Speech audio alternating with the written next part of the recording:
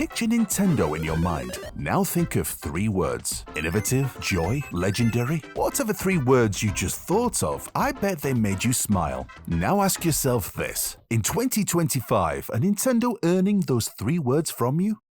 Something has changed in the house of Mario. The Big N has tested us in the past, but we always weathered the storm because damn it, this is Nintendo. They're on our side. Right? In 2019, when President of Nintendo of America Reggie Fils-aime left the company, he recorded a goodbye speech, and the first thing that came out of his mouth was this. Hi Nintendo fans, Reggie here. Reggie's goodbye speech beautifully illustrates the problem we face today. You see, from the 80s onwards, this 135-year-old company created something truly special with the people that consumed its products. An immovable and unwavering fan base that would stick with them through hell and high water. But that special relationship is decaying, and has been for some time. Instead, we get a constant drip of anti-consumer apathy, along with nothing but cold statements and corporate-approved posts, forcing many to come to the same conclusion. Nintendo just ain't Nintendo anymore.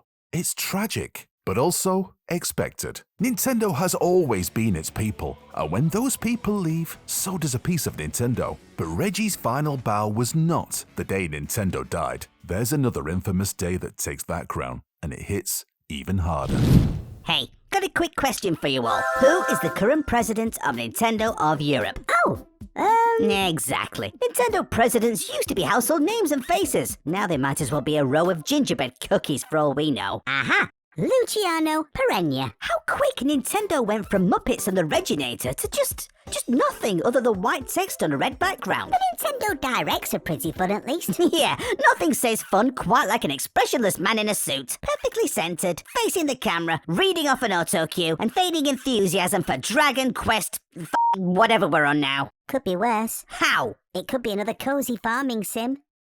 Okay, fair enough. 10 years ago on July 11th, 2015, we lost Satoru Iwata. And his influence at Nintendo, especially during the Wii and DS eras, made something abundantly clear. His decisions always came from a true place. Money? Yes. Investors? Sure. But whatever you think about his adoption of the famous Blue Ocean strategy, it was always about bringing people together. How do we know this? Features like Street Pass, Miiverse, and even the Miis themselves speak to a vision of unity between people who would otherwise pass each other by. And it worked. Because Iwata understood something, that this strategy would only make sense if Nintendo was worth more than the sum of the products they developed. When we lost him, we also lost the embodiment of everything worth loving about Nintendo, because he, as did Reggie, understood that Nintendo fans aren't beneficiaries of Nintendo's principles, but active contributors. What are the 4 pillars that prop up Nintendo? Oh, another one. No, I'll tell you. Innovation, unity, resilience, and legacy. Sound fair? Something like that, I guess. Look closer. Notice anything? No? Well, you're f***ing good, aren't you?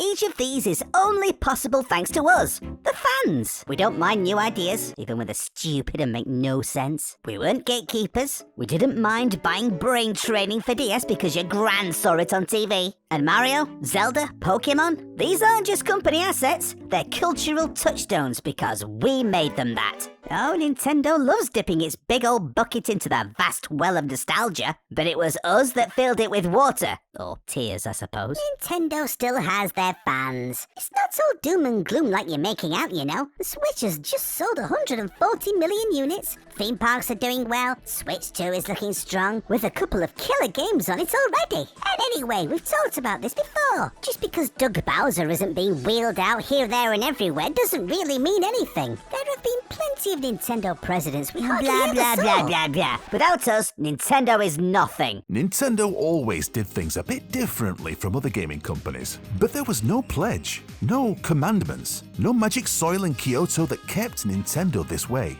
It was always its people. But barring a few, the old guard are gone. So ramp up the prices, shut down those fan projects, sell us empty cartridges. After all, investors are going to be happy. Come on, it wasn't this mindset that made them one of the biggest and most beloved companies in history. And every time they stumbled, at least we, the fans, were there to pick up the pieces. Now the Wii U was a bit of a cock-up, selling only 13 million units, which sucks. But think about it. 13 million people did take the plunge. And who were those people? That was us, again. And let's say a decade from now, the Nintendo Switch 3 or whatever we end up with turns out to be another huge clanger like the Wii U. Do you really think Nintendo will be in a position to call upon the loyalty from fans they're now treating with such apathy? We can't be too hard on them. Nintendo is just reacting to the markets. I know they're not as charismatic as they used to be, but what else can they do? That's the state of play these days. What else can they do? Oh, I don't know. Not price things extortionately. Just put full games on cartridges. You know, like they've been doing for decades just fine. Still as a GameCube controller for a normal, reasonable price. Like they did only a few years earlier on the Wii U. Why is it so hard for gaming companies to be normal now? Am I going insane or something? It could be the fact that Nintendo was supposed to be the good guys! On my business card, I am a corporate president. In my mind, I am a game developer. But in my heart, I am a gamer. Remember that? Yep. Do you know what Shintaro Furukawa's business card would say now? Nope. It wouldn't say anything. He'd just run around giving us all paper cuts with it. And then running off with our wallets. The gaming scene at the moment is like some nightmare I can't wake up from. The only thing Nintendo has left right now is that the games are still pretty good. But if they ever went away, if they start getting buggy or lame, and let's be honest, out of the 4 games a year we get from Nintendo right now, at least one of them is already. Well, if the other 3 start looking the same, then it's game over. And the worst thing of all is that there will still be sanctimonious bootlickers like you dribbling about how difficult it is to make games now. Oh, the current market. Oh, we only made a few billion for executive bonuses this year. Oh, stop being mean to this massive faceless global conglomerate while they're being bent over a f***ing table and shafted. F*** you. F*** Nintendo. F*** them all.